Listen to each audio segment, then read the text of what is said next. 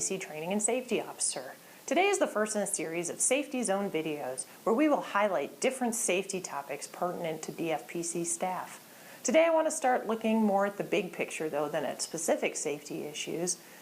Many of you have ideas of what safety means, but here's my take on safety. Safety in the workplace is not about policies and procedures and zero injuries and positive or negative reinforcement. While these may be parts of an overall safety strategy, in reality, it's about a mindset, a culture, a desire to watch out for yourself and your coworkers so that all of us go home in the same condition we came to work. In hindsight, we can evaluate an accident or injury and see all of the missed opportunities that resulted in that outcome. We can believe that we would not make the same mistakes. We would not be injured. But in reality, those that were injured did not set out to be injured. They were going about their job, doing it as they do every day, and something happened. What's more important for us to look at is, why did they do what they did at the time that resulted in that injury?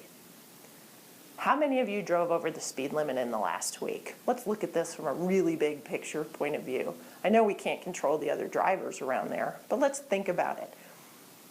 We know that speeding causes accidents. 40% of all fatal accidents in Colorado in 2015 were the result of speeding. Speeding meaning going over the speed limit. We know the speed limit is there, it's the law, we may get a ticket if we don't follow it, and yet we don't always follow it. If we do, what happens? Do people appreciate our dedication to safety when we go the speed limit? No, oftentimes they ride up on you, maybe give you a gesture or two. So what are we really saying? What does our culture teach us about driving the speed limit? Everyone else does it, so it must be okay.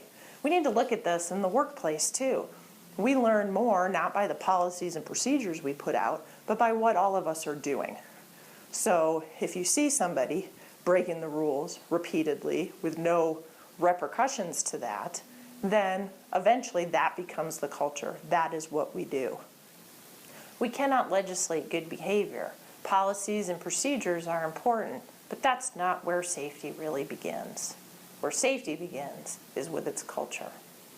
We have on our patch honor, service, loyalty, integrity. These are the values by which we come to work every day. A culture is sharing a core set of values. I look at these words and I can see how those values translate into safety. Every single one of them has to do with doing our best for each other and for our customers. And we cannot do that if we don't take safety seriously.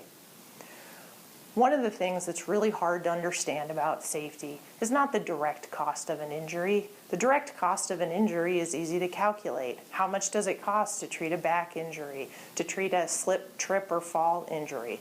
Those are not the hard things. The hard things for us are the indirect costs.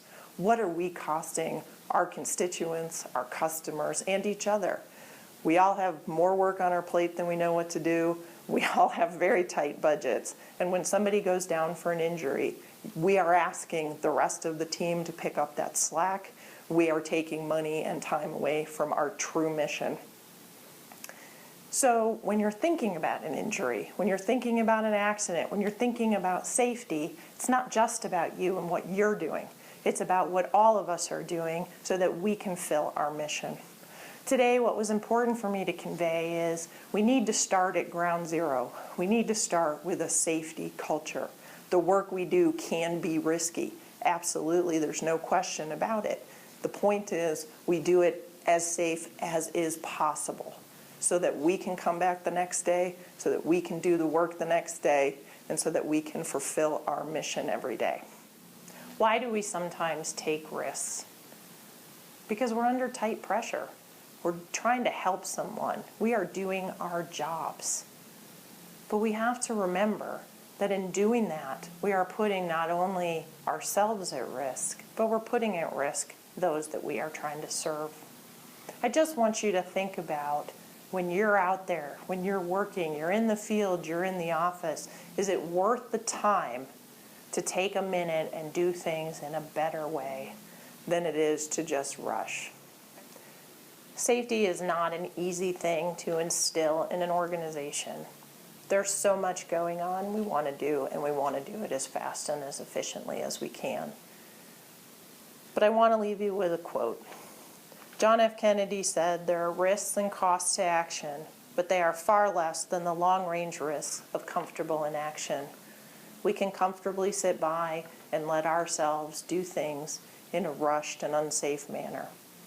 That's an easy way to do it. It's much harder to stand up and say, this isn't the right way to do it, and we need to do better, not just for ourselves, for our families, for our customers, and for everybody that we work for. Thank you.